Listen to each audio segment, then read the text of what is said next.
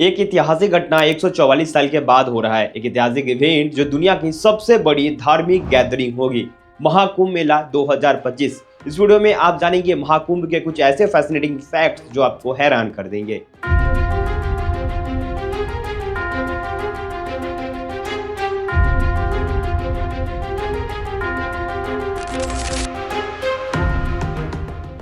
कुंभ मेला क्यों मनाया जाता है, इसके पीछे एक पुरानी कहानी है। एक बार भगवान इंद्र ने ऋषि ध्रुवा का अपमान कर दिया। नाराज होकर ऋषि ध्रुवा ने इंद्र और देवताओं को श्राप दिया, जिसके कारण उनकी सारी शक्तियां छिन गई।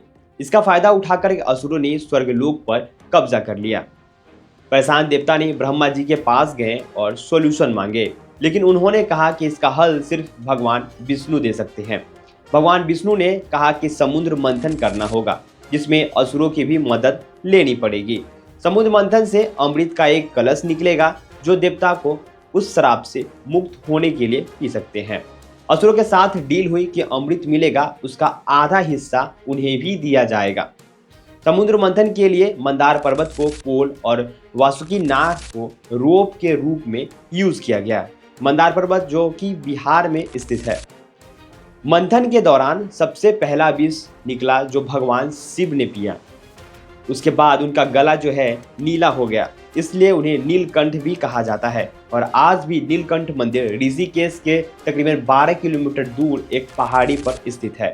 हजारों साल के बाद मंथन से अमृत कलश प्राप्त हुआ। जब देवता और असुर ने इस अमृत के लिए लड़ने लगे तो भगवान विष्णु एक मोहिनी रूप धारण किया। मोहिनी रूप धारण करके अमृत देवताओं को दे दिया, लेकिन उस दौरान अमृत की 4 बूंदें जो है वो धरती पे गिर गई। पहला जो प्रयागराज के त्रिवेणी संगम गंगा यमुना सरस्वती, दूसरा हरिद्वार के गंगा रिवर, और तीसरा नासिक के गोदावरी रिवर, और चौथा उज्जैन के शिप्रा रिवर। यहीं पे कुंभ मेला का आयोजन होता है। समुद्र मंथन एक स्पिरिचुअल मेटाफोर है, और हमें इनर पीस और इनलाइटमेंट चाहिए तो हमें अपने अंदर की निगेटिविटीज को एक्सेप्ट करना होगा और अपने कॉन्शियस और सबकॉन्शियस माइंड के बीच में एक बैलेंस क्रिएट करना होगा। हिस्टोरिकल रेफरेंस की बात कर ले कुंभ मेला की, तो सबसे पहला मेंशन ऋग्वेदा में नहान पर्व के रूप में मिलता है। महाभारत, बुद्धिस्ट टेक्स्ट और इवन मिडिवियल पीरियड के डॉक्यूमेंट्स में भी इसका जिक्र है। 16th सेंचुरी में तुलसीदास जी के रामचरितमानस में भी माघ मेला का मेंशन है, जो कुंभ से जुड़ा हुआ है। चाइनीज ट्रेवलर हुआन सेंग ने भी हर्षवर्धन के समय का रिकॉर्ड दिया था, जो कि कुंभ का एक हिस्टोरिकल एविडेंस है। कुंभ मेला हर 12 साल में क्यों होता है? कुंभ मेला का टाइमिंग जुपिटर, सन और मून की एस्ट्रोलॉजिकल पोजीशंस के बेस पे डिसाइड होता है। जुपिटर सूर्य का एक चक्र कंप्लीट करने पे 12 साल लगते हैं, और इसलिए पूर्ण कुंभ मेला हर 12 साल के बाद होता है। अर्ध कुंभ मेला 6 साल में एक बार होता है, और 12 साइकिल के बाद महाकुंभ मेला होता है, जो कि 144 साल में एक बार सेलिब्रेट होता है। अब जानते हैं कितने तरीके के कुंभ मेला होते हैं। तो कुंभ के हालांकि 3 प्रकार के कुंभ होते हैं। पहला है अर्ध कुंभ, जो कि हर 6 साल में प्रयागराज और हरिद्वार में होता है। अर्ध कुंभ मेला में जो है वो भी, उसमें भी करोड़ लोग शामिल होते हैं शाही स्नान के लिए। दूसरा है महाकुंभ, जो कि 144 साल में एक बार होता है और सिर्फ प्रयागराज में ही होता है। इसे सबसे बड़ा और पवित्र समझा जाता है। तीसरा है कुंभ, ये नासिक, उज्जैन, हरिद्वार और प्रयागराज में हर 12 साल के बाद होता है। ये 4 जगह अमृत की बूंदें गिरने की वजह से ये पवित्र मानी गई है। शाही स्नान सबसे इंपॉर्टेंट और पवित्र माना जाता है। इसमें सारे अखाड़ों के साधु और महंत अपने शाही जुलूस के साथ संगम या पवित्र नदियों में स्नान करते हैं। 2019 के कुंभ मेला में पहला शाही स्नान 15 जनवरी को हुआ, और लगभग 2 करोड़ लोग एक ही दिन में स्नान करने पहुंचे। गिनीज वर्ल्ड रिकॉर्ड के हिसाब से एक दिन में इतनी बड़ी संख्या लोगों का स्नान करने का एक रिकॉर्ड है। महाकुंभ 2025 के लिए भी एक नए गिनीज वर्ल्ड रिकॉर्ड की उम्मीद है, क्योंकि एस्टिमेटेड संख्या जो है 40 से 50 करोड़ तक पहुंच सकती है। महाकुंभ 2025 प्रयागराज में 13 जनवरी से लेकर 26 फरवरी तक चलेगा, और इस 45 डे इवेंट का मेजर स्नान जो है डेट जान लेते हैं। 13 जनवरी को पौष पूर्णिमा, 14 जनवरी को मकर संक्रांति के दिन, 29 जनवरी मौनी अमावस्या, और 3 फरवरी बसंत पंचमी, और 5 फरवरी आंचल सप्तमी, 12 फरवरी कल्प व्यास और 26 फरवरी मगही पूर्णिमा को होगा। अखाड़े और कुंभ मेला के ट्रेडिशनल प्रैक्टिसेस को समझते हैं तो कुंभ मेला के लिए जितनी भी साधुज आते हैं वो अलग अलग अखाड़ों से बिलोंग करते हैं। आदि शंकराचार्य ने 8th सेंचुरी में अखाड़ों की शुरुआत की थी। अखाड़े 3 टाइप्स के होते हैं। पहला जो सेवा अखाड़ा है, यानी कि भगवान शिव को मानते हैं वो। दूसरा है वैष्णव अखाड़ा, जो भगवान विष्णु को मानते हैं। तीसरा उदासी अखाड़ा, जो गुरु नानक के फिलोसफी को फॉलो करते हैं।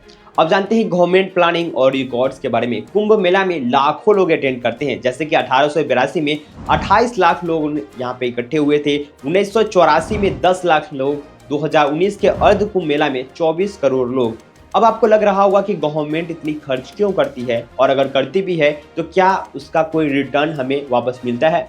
तो चलिए देखते हैं कि गवर्नमेंट कितना इन्वेस्ट करती है और उससे कितना रिटर्न हमें मिलता है। 2019 की बात कर ले तो यूपी गवर्नमेंट ने कुंभ मेला के लिए 4,236 करोड़ एलोकेट किए थे, जिसमें यूपी गवर्नमेंट का कंट्रीब्यूशन 47.6% था और सेंट्रल गवर्नमेंट का कंट्रीब्यूशन 52.4% था। लेकिन ये इन्वेस्टमेंट क्या वर्थ है? जवाब है हाँ। इन्वेस्टमेंट ना सिर्फ एक टूरिज्म को बढ़ावा देता है, बल्कि ट्रेड को भी प्रमोट करता है, जॉब क्रिएशन करती है, इनफॉर्मल सेक्टर भी स्ट्रेंथन करते हैं, इंफ्रास्ट्रक्चर बिल्ड करते हैं, और इस कुंभ मेला की वजह से लोकल इकोनॉमी बूस्ट होता है, इंटरनेशनल रिकॉग्नाइजेशन भी मिलता है। इन सब के चलते 2019 में गवर्नमेंट को 12,000 करोड़ का रिटर्न मिला और 2025 के महाकुंभ में गवर्नमेंट लगभग 77,500 करोड़ खर्च करने वाली है और इसका रेवेन्यू आएगा, उसका एस्टिमेशन बता देते हैं, लगभग 20,000 से 25,000 करोड़ का एक्सपेक्टेड रेवेन्यू रखा गया है। महाकुंभ की जो प्लानिंग है उसको समझ लेते हैं। तकरीबन 2700 सीसीटीवी कैमरा लगाई गई हैं, जो कि इंटेलिजेंस फीचर एआई इनबिल्ट है। इस फीचर से क्राउड मैनेजमेंट को यहाँ पे मैनेज किया जाएगा। जो लोग गुम हो जाते हैं उसको ढूंढने में आसानी होगी। महाकुंभ के नाम में नई डिस्ट्रिक्ट क्रिएट किया जाएगा, कुंभ के बाद डिसॉल्व हो जाएगी। इसलिए ग्रीन कुंभ इनिशिएटिव के अंदर कुंभ मेला को प्लास्टिक फ्री और पॉलीथीन फ्री बनाया जाएगा, जीरो वेस्ट जोन बनाया जाएगा, इको फ्रेंडली सैनिटेशन फैसिलिटीज भी प्रोवाइड की जाएगी। 13,000 स्पेशल ट्रेन वो चलाई जाएगी, जिसमें से कि 3,000 ट्रेन कुंभ के लिए चलाई जाएंगे। टिकटिंग में कलर कोडिंग किया जाएगा, जिसमें स्टेशन पर ओवर क्राउडिंग के अवॉइड कर सकते हैं। रेलवे और रोड नेटवर्क को स्ट्रॉन्ग किया जाएगा। गंगा रिवर पे एक ब्रिज बनाया गया है, जो कि प्रयागराज और काशी को कनेक्ट करेगा, जो कि 594 kilometre long Ganga express way भी बनाया गया है।